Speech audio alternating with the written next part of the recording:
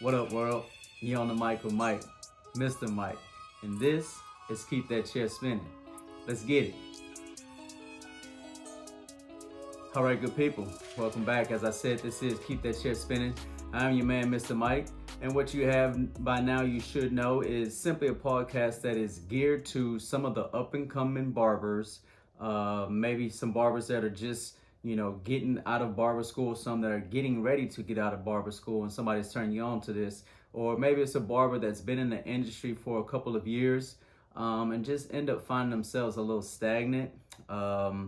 Maybe they're unsure if they want to continue doing this. You've kind of hit that bump, that wall, and you just feel as if your success is not where you want it to be.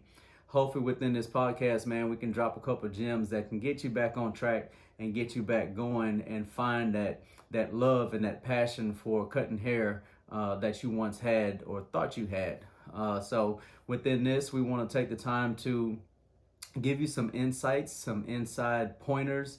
For me, I've been at it for 10 years, so I've had some ups and downs. I sat my first 2 years, as most barbers do. I think that's a lot of big misconceptions for people that look at our industry. They think that man, you're always busy, man. Every time I see your book, you're cutting hair all the time, like you just stand up all day. It's not always like that, nor has it always been like that. For the first 2 years, I sat down a lot, but it was a couple things that I had to do myself. I had to look into the mirror and figure out what could I do. How could I take the blame off of myself and turn it into a fire, a passion.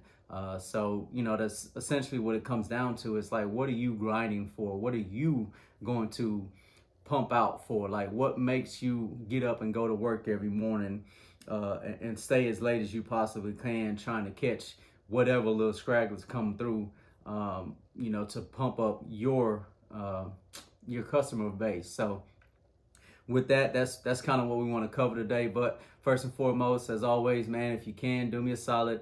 Go check me out. We're on YouTube, Spotify, and Apple, Google Play as well. Please go like and subscribe for me. But today we do want to cover that question as far as, are you available? Are you making yourself available? Ask the question of, do you squeeze a walk-in in or not? When you think about where you are, are you sitting down a lot and you feel like, oh, I got one on the way, and he's coming in 30, 45 minutes. I don't want to mess up being late for him. And then you mess around and that appointment that's in 30, 45 minutes, they end up being late for you, or they turn around and they cancel last minute. It's a lot of things like that you kind of have to take into play, and you have to think about, listen, I'm trying to eat right now. I can't survive off just that one haircut that's coming in 30, 45 minutes. So if I had that opportunity to now, why not get it? Because this could be a forever customer for me. And if I sit here and I turn them away, now I'm making this a forever customer for somebody else.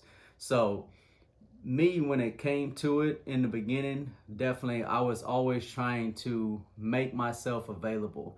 And that comes from even as soon as somebody comes in, if you got a rotation going in at the shop, or if you can kind of keep up and pay attention and already know that you are next in the line for that next walk-in, get up off your butt and go engage with the customer. Hey man, are you waiting for somebody, or can I help you? By chance, did you have an appointment? Like, go talk with them, go engage, go show them that you want them, and they'll be locked in. And same thing, as soon as you meet somebody, man, shake their hand, look eye to eye, ask them what their name is, ask all the simple questions, but engage with a customer and attempt to lock them in, to make them your forever. But you can't just sit on your butt and constantly play on your phone and think that they just gonna come up and tap you every single time. Hey, you got time for me? Get up, engage, be direct, and if you're 5-10 minutes late, man, that's okay. It's a problem when you're always 5-10 minutes late, especially for the same customer, or 20-30 minutes late, because you are trying to be too greedy. There is a such thing as too greedy. And sometimes that comes from staying way too late. When you're too greedy, you end up missing something. And that's in life. When you're always trying to work way too hard, you end up missing out on something. So you do have to have a balance. That's for real. But you need to have a grind within the certain parameters and time frame that you do have to work with. So if you know you have somebody that's in 30, 45 minutes, this is where you need to learn to speed up. I know some barbers that they are very detailed, but I know some of the barbers that say they have the conversation as far as like most haircuts can actually be done in 10 to 15 minutes. You spend the last couple 10 to 15 minutes just detailing. I would have to say I agree with that. I'm pretty fast when I do cut. 9 times out of 10, I can get them out in 30, 35 minutes. It does depend on the cut. It does depend on if I have a beard to do or not, what type of style we're doing. But for the most part, I try to get my clients in and out anywhere between 30 to 45 minutes. If it takes a little bit longer than that, it is some extra detail. Like I said, it may be the beard, or I know that I knocked it out at a great time, and now I have some time to actually converse, and just kind of shoot the breeze with them. But that's one thing that you can kind of take your time to hone in on and see if you can speed your skills up, because speeding that up, that will allow you to get one more customer in. That will allow you to get that walk-in in. When someone comes and says, "Are you available?" Yeah, I am. I am for you. Let me finish this cut. I got you next. And that's another thing too. Again, when a customer walks in and you're working and you see everybody else may be busy or whatever, man, interact with that customer. Let them know, hey, we see you, we acknowledge you. I have one right now. If you don't mind waiting, I will get you directly after this one. So just speak up. But what you want to do is you want to make yourself available, because the customer appreciates that. And by making yourself available, it's not only being able to cut their hair, it's speaking with them. Talk to them when they come in. Again, at the restaurant, I know personally, I don't want to walk in and the host just looks at me or doesn't even take time to look at me or acknowledge me. I don't want to spend my money somewhere where nobody wants me to spend my money. So it's the same thing for that client that's coming in for a haircut. When they walk in, greet them, acknowledge them, come up, engage, talk to them, ask them if they have an appointment or if they're walk-in, and let them know, I am available. If you'd like to wait on me, I can get you after this gentleman right here. But it's all about your efforts, your approach, and that's something that everybody needs to keep in mind, that your business will only flourish as much effort as you put in. So take the steps to grind. Make yourself available. It goes to the cell phone as well. If you're still working off your cell phone, via text or phone calls, you have to make yourself available to respond to those texts in a timely manner. Again, we've covered the base where you don't want to always be on your phone with the customer. That is true.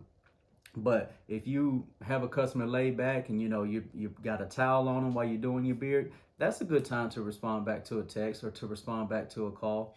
But you don't want to just always stop every 2-3 minutes to try and reply to a message, or you don't want to try and hold a conversation, with your earbuds in while you're sitting there cutting, because they don't want to hear your conversation. So you want to make sure that you're making yourself available to engage with them when they're in the chair as well. Give them that time.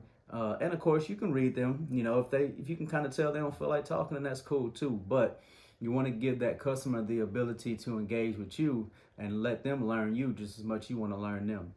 You build up that rapport. That way they can come back and keep coming back and keep coming back. Forever customer to keep that chair spinning.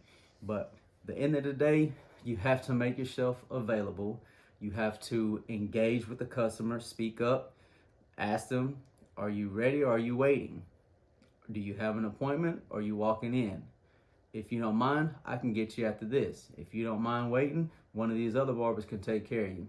If you don't mind, let me use the restroom and I'll come right back and I can get you. Just speak, talk, let the customer know what's going on. That way they don't feel like their money isn't valued around here.